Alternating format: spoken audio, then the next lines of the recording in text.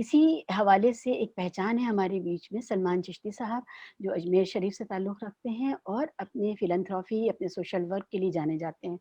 سلمان چشتی صاحب، آپ اگر یہاں پر ہیں، مجھے اسکرین پر تو ابھی نہیں دکھ رہے، کیا آپ ہیں اسکرین پر؟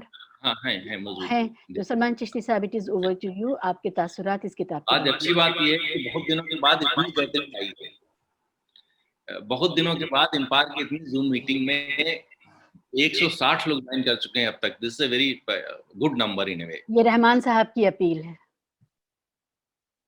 اعوذ باللہ من الشیطان الرجیم، بسم اللہ الرحمن الرحیم، الصلاۃ والسلام علیکہ یا سید المرسلین ورحمۃ للعالمین. السلام علیکم ورحمۃ اللہ وبرکاتہ. آپ سب کو بہت بہت سلام اور دعائیں.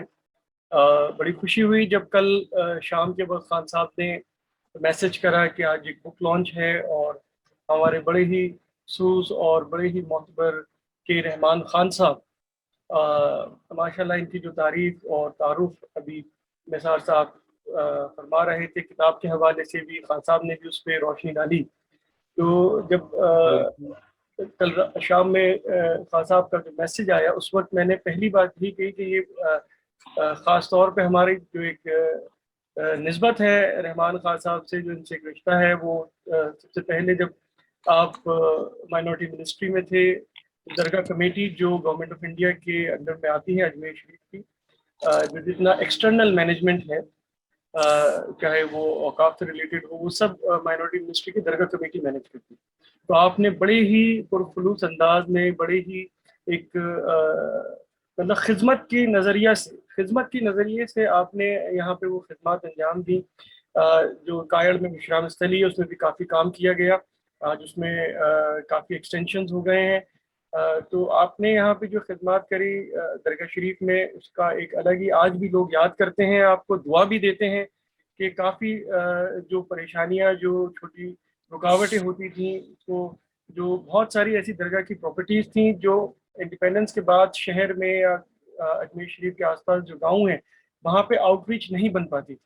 تو ان سب چیزوں کو اسٹریم لائن کر کے، جیسے آپ نے ایک کروسیڈ کہہ سکتے ہیں کہ اوقاف کی جتنی پراپرٹیز ہیں، صرف یہیں نہیں بلکہ پورے ہندوستان میں.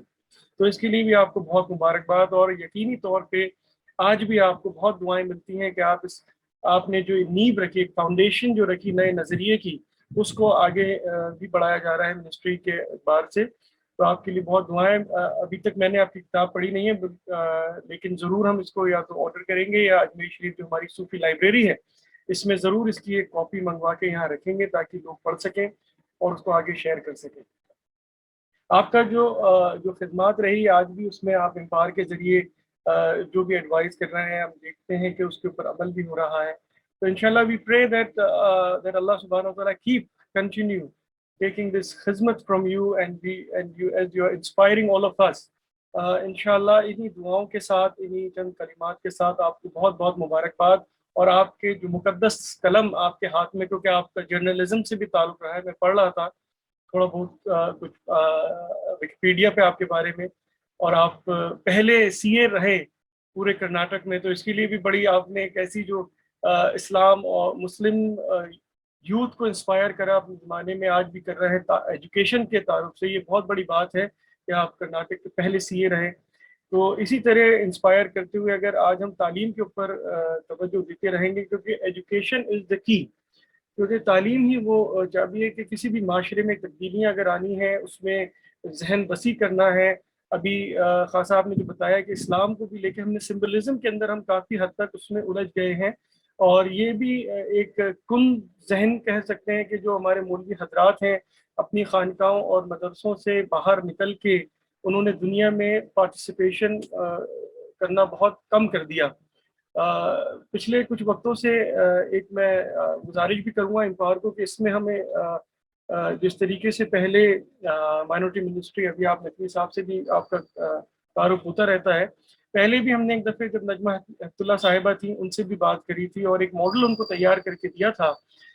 جب میں انڈونیشیا گیا تھا اور پھر ایک دفعہ چائنا بھی جانا ہوا ایک ڈیلیگیشن میں قریب 5 سال پہلے، تو I had visited the areas which were primarily Muslim dominated areas with the Han dynasty, especially in China. So they took me to their madrasas and which was astonishingly like you could say they were like 5-star madrasa with one of the best furnishing infrastructure there. So I asked them that the Chinese government doesn't allow